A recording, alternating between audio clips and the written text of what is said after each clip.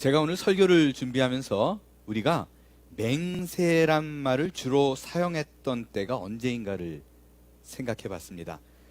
그것에 대한 대답으로는요, 저의 경우만 그랬을 수도 있습니다.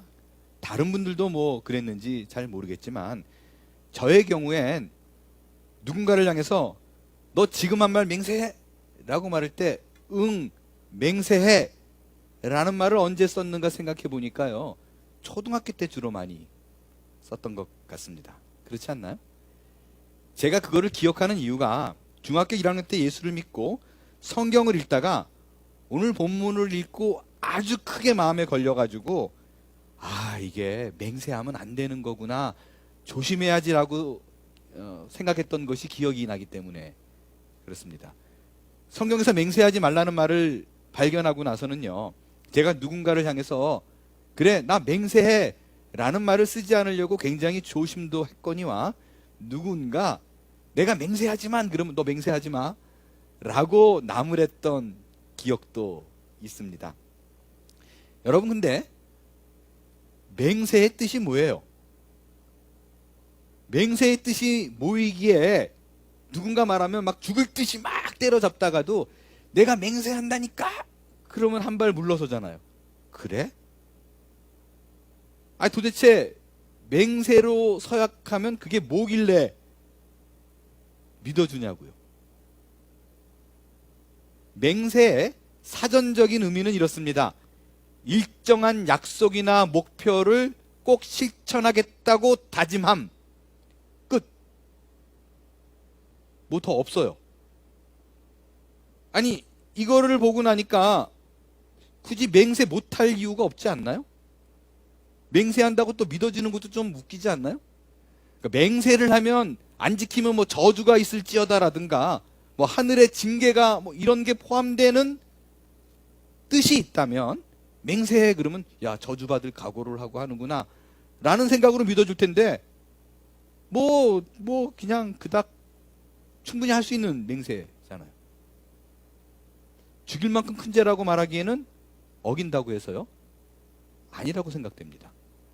아니 그런데 왜 예수님은 뭐 이렇게 흔하게 할 수 있는 것 같아 보이는데 도무지 맹세하지 마라 라고 얘기했을까?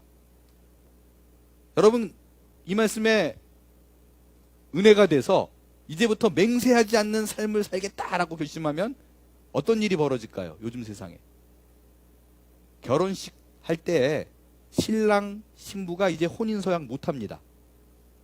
그렇죠?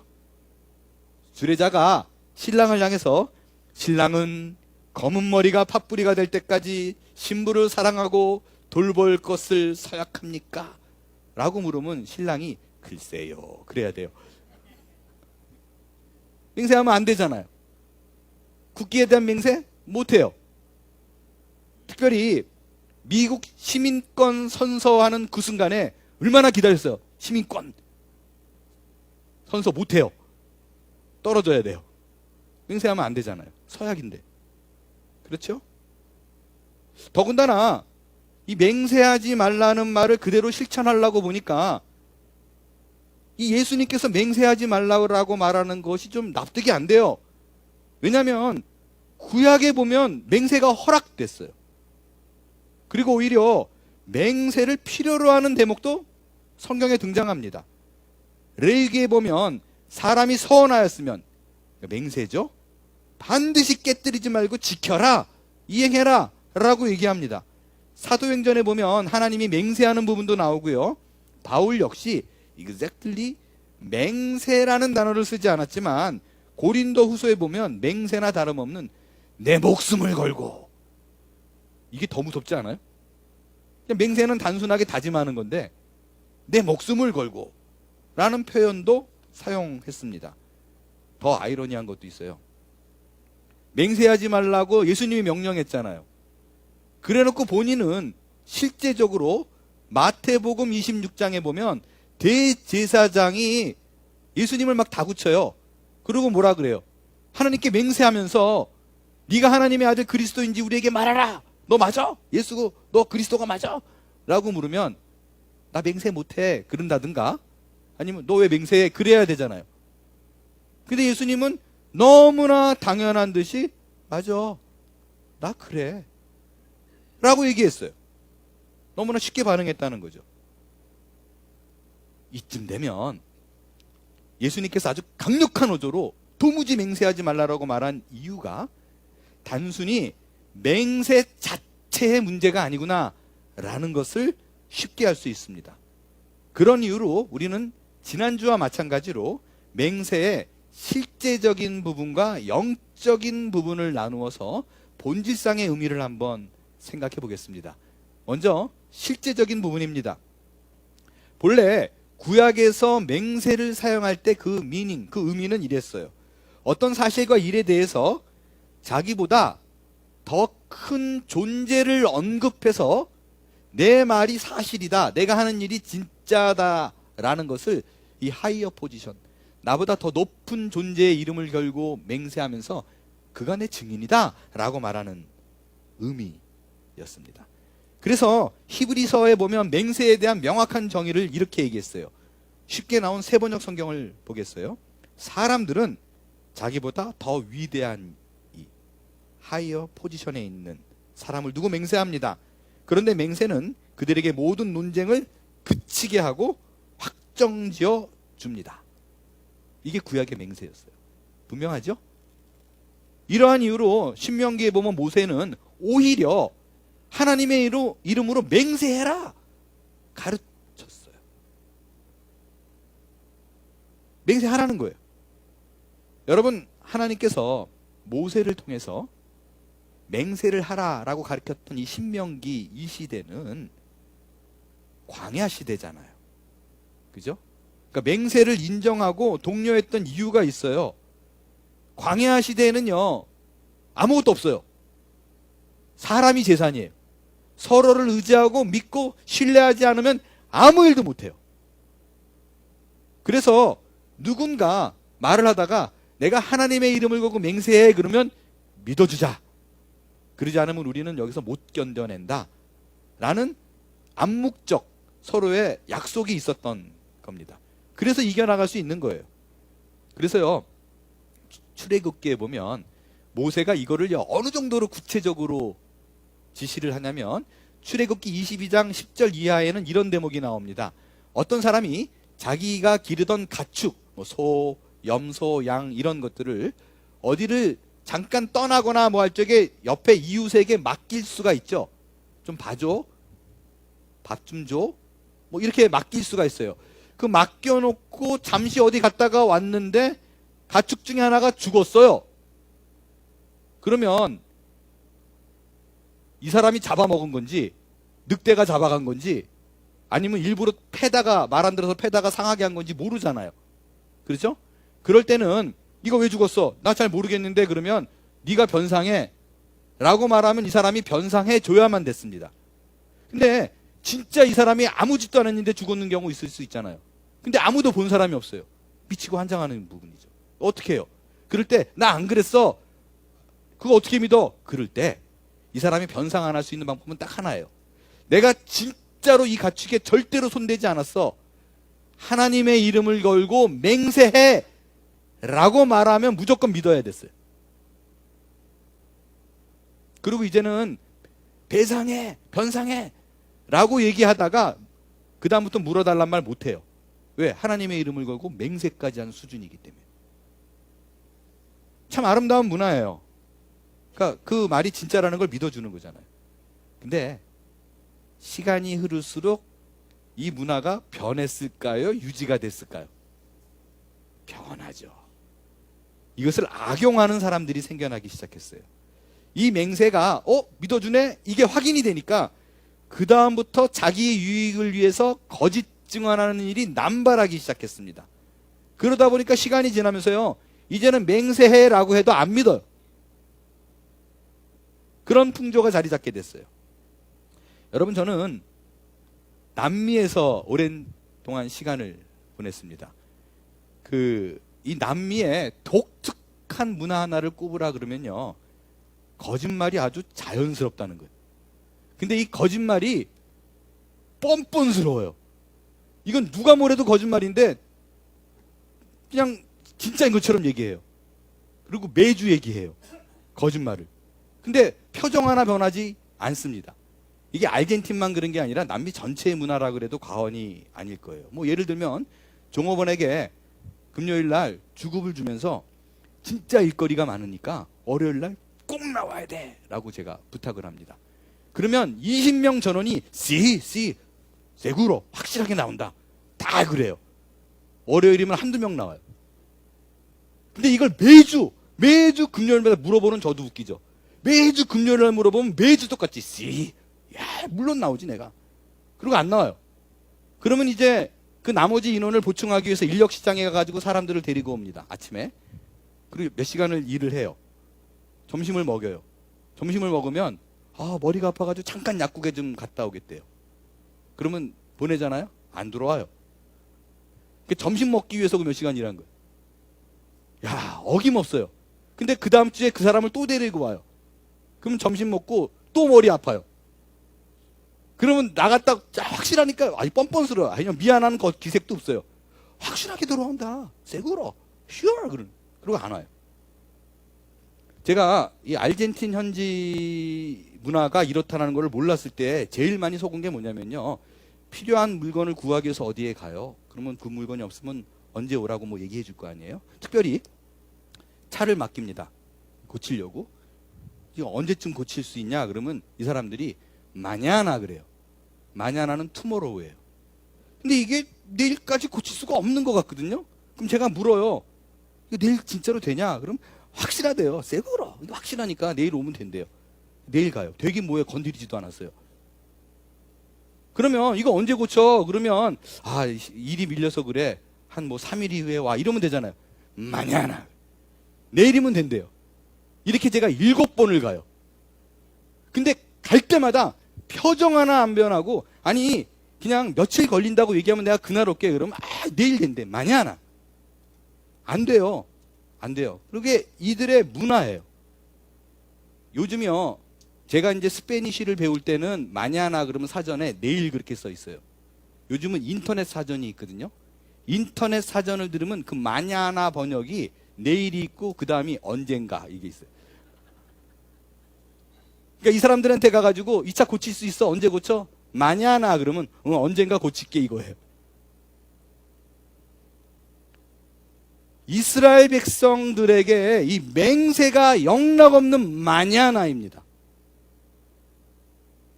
모세 때는 맹세를 하면 말이 안 되는 상황일지라도 사람들이 믿어줬어요. 근데 예수님 시대만 와도 이젠 안 믿는 거예요. 더 황당한 건 뭐냐면요. 바리새인들과 서기관들, 율법에 관여된 사람들이잖아요. 이 사람들이 이 시대에 지켜야 될 맹세와 안 지켜도 되는 맹세를 만들어서 추가했어요. 어떻게 나눴느냐? 마태복음 23장에 보면 맹세를 할 때 성전으로 내가 맹세한다. 안 지켜도 돼요. 근데 성전 안에 있는 금으로 맹세해. 그러면 지켜야 돼요. 내가 제단으로 하는 맹세는 안 지켜도 돼요. 근데 제단 위에 놓여진 제물로 하는 맹세는 지켜야 돼요. 아주 교묘해요. 이런 법을 왜 만들어 놨냐면요. 전쟁을 할 때 다른 나라들이 들어와서 침략하잖아요. 그럼 침략당한 백성이 됐을 때 이방인들은 알아요. 유대인들은 하나님의 이름을 걸고 맹세하면 거짓말을 못한다. 이걸 알아요. 그러니까 유대인들을 잡아놓고 무슨 말을 하면 맹세해? 하나님의 이름을 걸고 맹세해? 라고 물으면 거짓말을 못하는 거예요. 이걸 하니까 자꾸 이런 일들이 빈번하게 되죠. 그러니까 맹세를 하더라도 안 지켜도 되는 맹세 편법을 만든 거예요. 이방인들은 모르잖아요. 맹세하면 다 지킨다는 것만 알지. 그러니까 꼼수 맹세법이에요. 이게 바로 성전 혹은 제단으로 맹세하면 안 지켜도 된다라는 법입니다. 이게 너무나 만연하니까 사람들이 이제는 거짓 맹세하는 거를 그냥 습관처럼 해요. 그래서 예수님이 너희들 앞으로 절대로 맹세하지 마. 하늘로도 하지 마. 땅으로도 하지 마. 성전을 걸고도 하지 마. 예루살렘으로도 하지 마. 아무것도 이름을 걸고 맹세하지 마 라고 얘기한 거예요. 왜냐하면 그 모든 맹세는 하나님하고 연관이 안 된 게 없습니다. 그러니까 그렇게 맹세하고 안 지킬 바에야 맹세의 미음자도 꺼내지 마라고 얘기하는 거예요. 여러분, 이 맹세가요, 안 지키면 10계명의 2개를 어기는 거예요. 하나는 하나님의 이름을 망령되이 하는 걸 어기는 거고, 거짓 맹세하지 말라는 걸 어기는 거예요. 그러니까 절대로 맹세하지 마라 라고 얘기합니다. 여러분, 근데 이 예수님의 분위기와 뉘앙스를 잘 보면 실제적으로 이게 맹세하지 마의 포커스가 있는 게 아니에요. 그러니까 이거는요, 앞서 눈이 범죄하면 빼버리고 손이 범죄하면 잘라버려라 라고 말하는 듯이 극단적인 표현으로 맹세하지 마라는 거예요.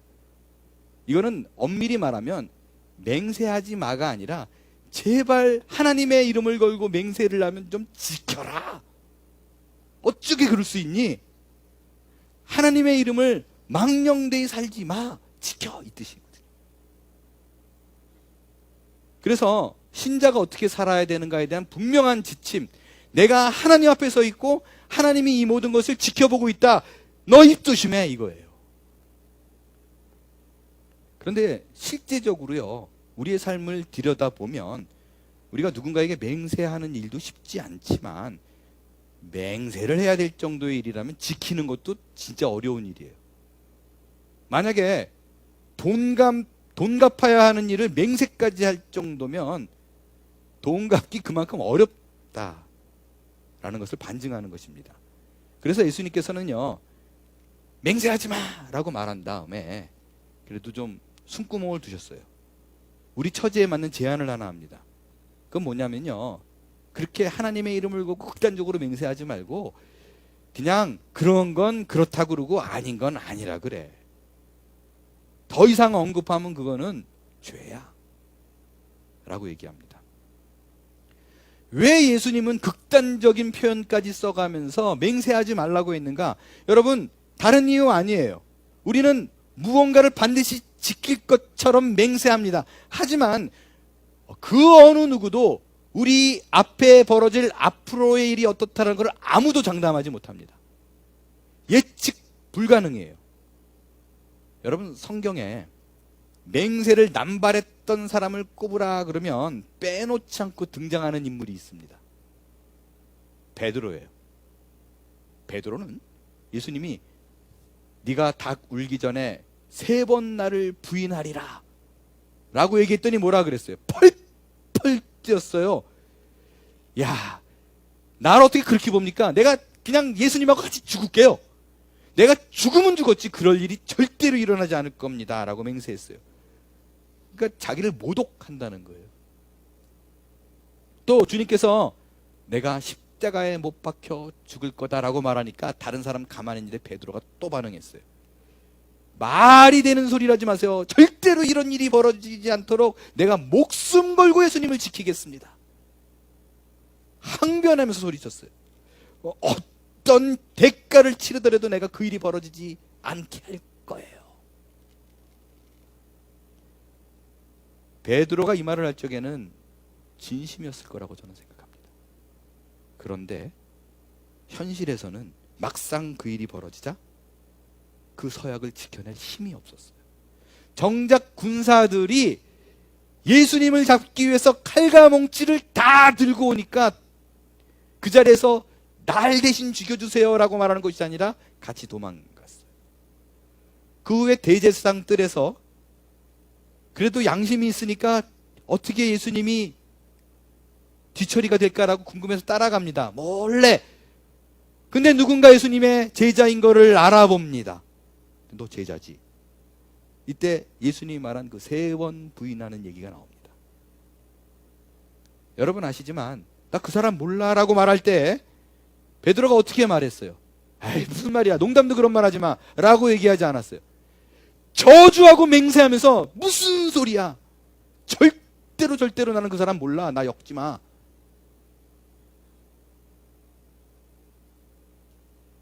저주했다는 말이 뭐냐면요, 내가 그 사람 제자였으면 내가 강아지다.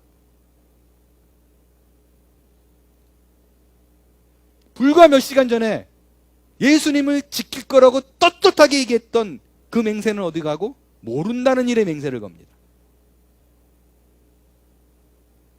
이게 우리의 인생이에요. 왜 우리가 맹세하지 말아야 되냐고요? 한 치 앞도 모르기 때문에 그렇습니다. 여러분, 우리의 인생은 내 손에 있지 않다라는 걸 명확히 알고 아는 거. 그렇기 때문에 누군가 말을 하면 내가 반드시 서약하는 것이 아니라 예, 아니요로 답해서 진실과 신실함으로 그를 대하는 거. 이게 예수님께서 말씀하신 계명적 차원의 맹세하지 말라가 아니라 어떤 상황 속에서도 내 인생이 내 손에 있다고 착각하지 마. 그건 네 손에 없어. 오늘은 신실하게 살아야 돼. 단지. 그게 예수님께서 맹세하지 말라라고 말하신 실제적인 이유입니다. 그럼 이번에는 맹세하지 말라고 말하신 영적인 의미가 뭔가를 생각해 보겠습니다. 여러분, 그 성경에 나오는 그 모든 맹세 중에 그 맹세 자체가 아주 처절하고 어마무시한 맹세가 있습니다. 어떤 맹세이고 누가 한 맹세예요? 그것은 하나님이 아브라함에게 한 맹세입니다. 아브라함이 하나님의 말씀에 순종해서 고향과 친척을 다 버리고 따라 나와요. 근데 계속해서 이게 미심쩍은 거예요. 그러니까 이게 제대로 된 결정인가 아닌가가 계속 흔들려요. 지금 말하자면 내가 지금 이렇게 매주 교회를 나오는 거, 예수를 믿는 거, 이 시간에 다른 데 안 가고 예배당에 앉아 있는 게 잘하는 건가가 끊임없이 고민이 되는 거예요. 그렇게 뭉개고 있는 아브라함에게 하나님이 나타납니다. 그리고 하늘의 별과 바다의 모래를 보여주면서 이렇게 얘기하죠. 네 자손들도 이렇게 많게 될 거야. 아브라함이 이걸 믿어요, 못 믿어요? 이래요. 그래서 뭐라 그래요?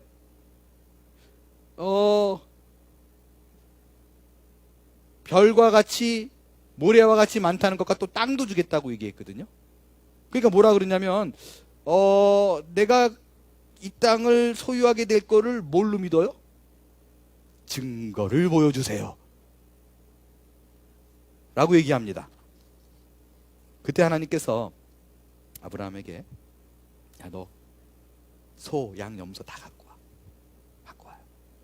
쫙 쪼개져. 우리가 아브라함 시리즈 때 아주 구체적으로 제가 슬라이드까지 보여주면서 여러분에게 얘기를 나눴던 거예요. 쫙 짐승을 반으로 쫙 쪼갭니다. 그리고는 그 쪼갠 짐승 앞에 두고 본인이 혼자 지나갑니다. 하나님이 혼자 지나가요. 뭘 의미해요? 내가 목숨 걸고 이 약속 지켜. 내가 이 약속 안 지킴이고 내가 반드시 할 거야. 어떻게? 내가 쪼개지더라도 내 목숨 걸고 이 약속 지켜내고 만다 라는 표시로 짐승을 쪼개놓고 혼자 지나가요. 아브라함 보고 같이 지나가자고 안 해요. 아브라함에게 요구하지 않아요. 왜요? 너는 이거 못 믿어도 돼. 너한테 그 어떤 것도 요구하지 않아. 나한테 약속도 안 해도 돼. 나는 이 일을 내가 혼자 이뤄낼 거야. 너의 상황과 형편 아무런 상관없어. 나는 너를 이렇게 아끼고 반드시 이뤄낼 거야 라는 걸 목숨 걸고 보여줍니다. 이게 하나님께서 자기 이름을 걸고 한 맹세예요. 이 언약은 창세기 22장에 보면 내가 나를 가리켜서 맹세한다 그랬어요. 하나님이. 왜? 자기보다 더 높은 하이 포지션이 없잖아요. 그만큼 이 언약은 하나님께서 아브라함에게 하는 강력한 맹세였습니다. 여러분, 이 맹세가 왜 처절하고 무시무시한가? 하나님께서는 이 약속을 지키기 위해서 이스라엘 백성 옆에 붙어가지고 무단히 노력합니다. 말을 안 들어먹어요. 아무리 해도 안 믿어요. 계속 딴짓해요. 2000년이 지나도 안 믿어요. 변하질 않아요. 그때 하나님이 어떤 방법을 써요? 하나님께서 당신이 한 약속을 기억해냅니다. 그리고 아브라함에게 한 약속대로 본인이 그 짐승처럼 쪼개지기로 작정을 합니다. 그리고 처절하게 쪼개져 피 흘려 죽으면서 그 약속을 이행합니다. 그게 바로 십자가예요. 그 십자가 위에서 처절하게 스스로 쪼개져 죽음으로 말미암아 당신이 한 약속, 네 자손이 하늘의 별과 또 땅의 모래와 같이 하겠다는 약속을 이루어냅니다. 우리가 그 약속을 믿는 그 순간, 예수님의 십자가를 공로를 믿는 그 순간, 아브라함과 같이 믿음의 자손이 되어 그의 안에 서게 되는 것입니다. 여러분, 이 얘기를 듣고 나니까 예수님께서 왜 맹세를 하지 말라고 그렇게 도무지 하지 말라고 약속했는지 이해가 되시나요? 이스라엘 백성은 하나님 앞에 맹세를 수도 없이 합니다. 하지만 지킨 적이 없어요. 항상 반역하고 항상 배반하고 자신이 한 맹세를 결코 지키지 못하고 매번 실패합니다. 그래서 하나님이 예수님 때 와가지고 이러는 거야. 더 이상 그런 말 하지 마. 이제는 지킬 필요 없어. 라고 얘기하는 거예요. 너 맹세하지 마. 대신 네가 하고자 하는 모든 일을 대신 내가 이룰 거야. 너의 맹세를 내 목숨을 걸고 내가 할 거야. 라는 거라고요. 그게 바로 십자가입니다. 그 십자가를 통해 나의 실패, 나의 모자람, 나의 연약함을 하나님이 채워준다는 거예요. 나는 안 되니까. 여러분, 제발 이 산상수훈을 읽으면서요, 윤리강령으로 인식하고 읽지 마세요. 아, 그러니까 내가 이렇게 살아야 되겠구나. 아, 이건 하지 말아야겠구나. 가 아니라고요. 처음부터 끝까지 동일한 약속입니다. 이거 너희가 못한다는 거예요. 그래서 내가 할게. 이게 산상수훈입니다. 이것을 이해하는 자가 우리가 못하기에 그리스도께서 대신 한다는 것을 바로 이해하는 자가 산상수훈의 바른 키를 잡고 성경을 보는 거예요. 여러분, 이걸 이해하지 못하면요, 보세요. 예수님은 완전히 반란자입니다. 지금까지 율법은 맹세를 종용하고 모세는 맹세를 가리키고 맹세가 필요하다라고 얘기했는데 어느 날 느닷없이 나타나가지고 예수님이 맹세하지 말래요. 그럼 사람들이 인식에는 뭐예요? 1500년 동안 지켜온 거를 이가 깨는 거예요. 반란자입니다. 이스라엘 백성들은 철저하게 하나님의 말씀이라고 지켰는데 그걸 하지 말라는 거잖아요. 맹세하지 말라라는 얘기가. 하나님의 말씀을 폐하는 거예요. 그렇기 때문에 예수님께서 맹세하지 말라라는 것은 문자적인 의미가 아니에요. 너희는 어차피 맹세해도 안 돼 라는 거예요. 못 지켜. 그래서 너희는 계속적으로 하나님을 배반하고 배신하는 일을 반복하게 될 거야. 그 죄를 벗어날 힘이 없어.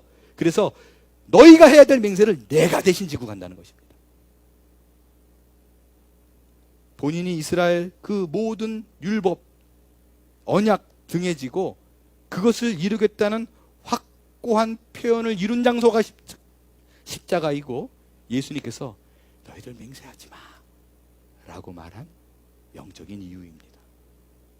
그래서 예수님은 산상수훈을 시작하면서요, 분명히 못 박아서 먼저 이거를 서두에 걸어놓고 시작했어요. 근데 이게 자꾸 안 보이는 거예요.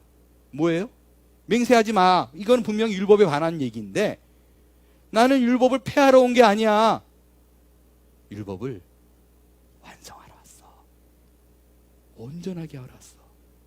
나를 통해서 너희의 연약함이 채워지는 거야. 그게 바로 십자가입니다.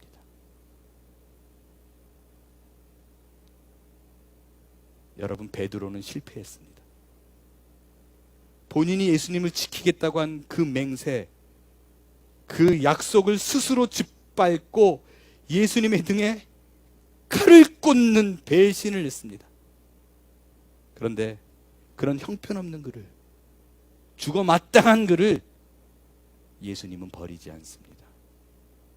오히려 스스로 십자가에 쪼개져 율법을 성취한 후에 그에게 찾아와요. 그리고 이렇게 묻습니다. 요한의 아들 시몬아, 네가 나를 사랑하느냐? 왜 물었을까요? 배신한 그가 예수님께 사랑을 표현함으로써 그의 실패를 회복시켜주는 것입니다. 실패한 예수님의 사랑을 다시 회복시켜주고 그를 성공한 인생으로 만들어주십니다. 여러분, 그건 베드로의 의지가 아니었어요. 베드로는 자기가 그럴 수 있는 기회가 찾아올 거라고 꿈도 꾸지 않았었어요. 그것은 전적인 예수님의 의지요, 노력이요, 그의 희생의 결과입니다. 나는 실패했는데 그 희생을 메꾸러 오신 예수님께서 우리에게 보여주신 사랑이에요. 우리의 인생이 어렵고 힘들 때마다 맹세로 우리에게 하신 말씀을 기억하세요. 그거는 네가 어디로 가든지 간에 내가 너와 함께 할 거야 라는 약속입니다. 이 맹세로 우리에게 세워진 하나님의 언약이 평생의 우리의 삶을 변함없이 끌고 가실 것을 의지하며 오늘을 승리하는 저와 여러분이 다 될 수 있게 되기를 바랍니다. 일어나 찬양하겠어요.